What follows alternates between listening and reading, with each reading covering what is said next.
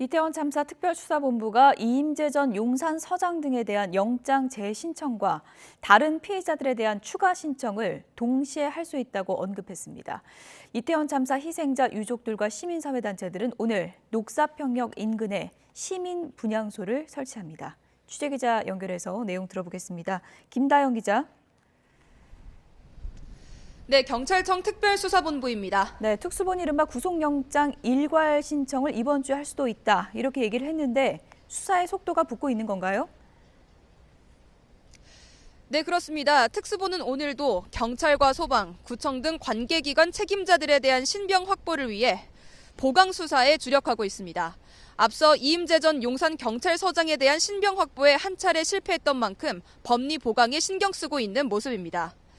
특수본은 이들 피의자들에 대한 영장을 다시 신청하면서 경찰 외 다른 기관 피의자들에 대한 신병 확보 시도를 한꺼번에 추진할 수 있다고 밝혔습니다. 이런 가운데 특수본은 이임재 전 용산서장이 자신의 허위 동선이 담긴 상황보고서를 검토한 정황을 확인했는데요.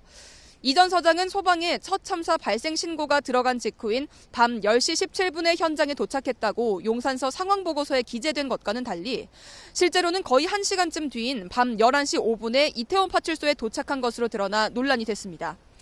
이를 인지하고도 바로잡지 않았을 경우 허위 공문서 작성, 행사 혐의가 추가될 전망입니다.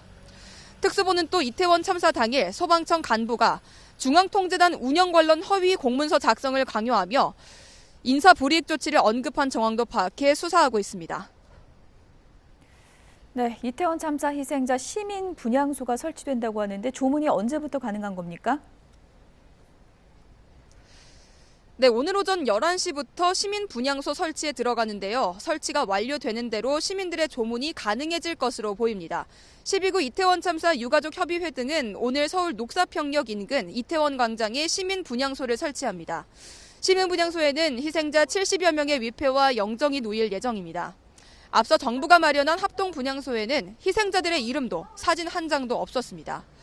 이를 두고 희생자 유가족과 시민단체들은 2차 가해라고 반발하면서 정부가 사태 축소 의도가 뻔히 보이는 사고 사망자 현수막도 걸어 큰 상처를 받았다고 밝혔습니다. 또 이후 온전한 추모 공간을 만들어달라고 요구했지만 정부는 이를 무시하고 유족이 한 공간에 모이는 것 자체를 막아왔다고 비판했습니다. 그래서 이제라도 희생자들의 영정과 위패를 모시고 진짜 추모를 시작하겠다는 입장입니다. 지금까지 경찰청 특별수사본부에서 YTN 김다현입니다.